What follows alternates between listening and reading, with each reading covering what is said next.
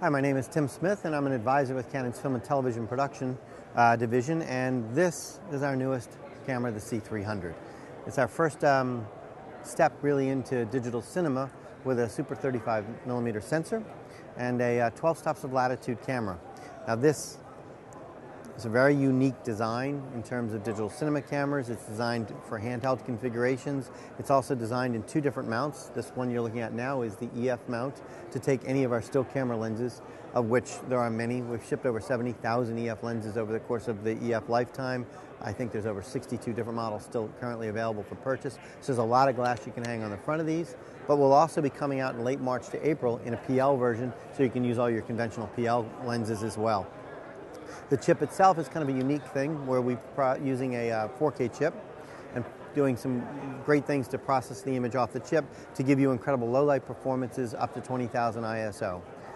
It's a really unique image. It delivers a 1920 by 1080 image to a compact flash card right to the back. And there are two wells on this to load in two different compact flash cards. And there's several different things you can do with that. You can record to an A card or to a B card.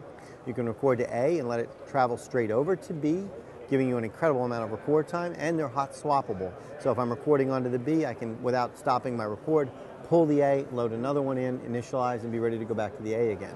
But I think the feature that most people will really like about this is the ability to record simultaneously the same information to both cards and clone the signal. So you've got an A master and a B master simultaneously protecting you against card corruption or image failure.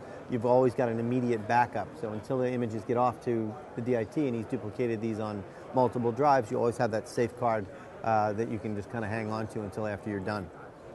Some of the other features of the camera really are in the way it's configured.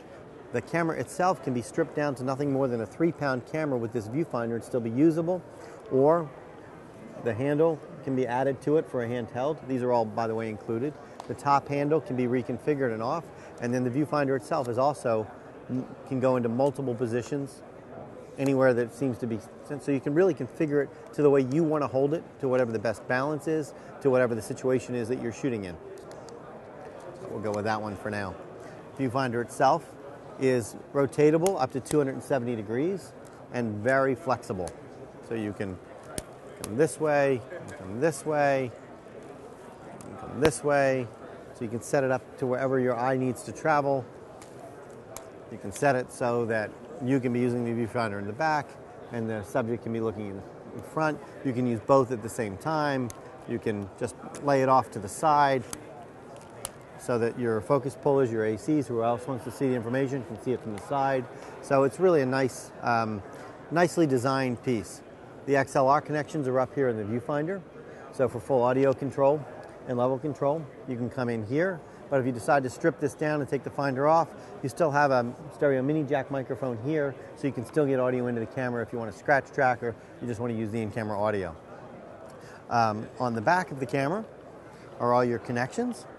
You'll have HDMI as well as HD SDI, timecode, Genlock, and camera sync for two cameras themselves. If you remove this handle and put two of these side by side, you've got almost a perfect situation for 3D. Sync the two cameras together, and then be able to have the right interocular is what you'll have with that one. So you've got that going on. The menu system is very simple. If you're familiar with our Canon XF 105s, 305s, 300s, it's a very simple and similar interface.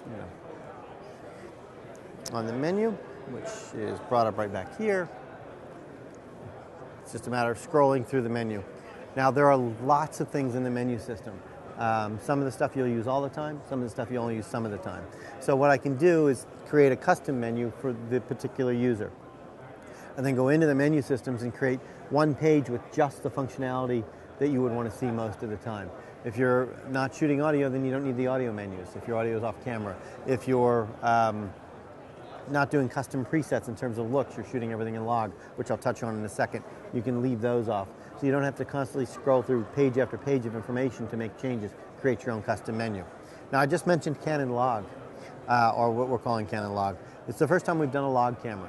So the camera has built in, it's not a modification later, it's not an upgrade, built into it is the ability to record in log. Log will give you 12 stops of latitude at a native ISO of 850, giving you the maximum amount of post ability to deal with the image in post for color grading and so on. So we really recommend that you shoot and log whenever you can. The camera will also record. If you choose to, you can put it into an emulation mode, which will give you the same color space and look of an HDSLR. So if you're marrying it to a 5D project, or you can create your own custom looks. So if you want to bake in a certain look, you can create your own custom looks. It's a very flexible camera. It really is. On top of all that, and I'll kind of finish up, it's because of its small weight and form factor, it's very easy to configure into a Steadicam. It's very easy to build it into a studio unit. In other words, you can make this camera as small or as big as you need to. If you want it on your shoulder, put a shoulder ring on it. If you want it in your hand, use it handheld. If you want it in a huge studio rig with rods, add the plate to it, put the rods on it, becomes a studio camera. So having a small platform like this gives you really lots of flexibility. Anything from a crane to a suction mount on a car, the camera will handle that. So we think it's a really versatile piece. We think it's a great entry into the digital cinema market. We think it's a great complement to what we've been doing over the years with HDSLRs, and really is kind of taking us to the next level.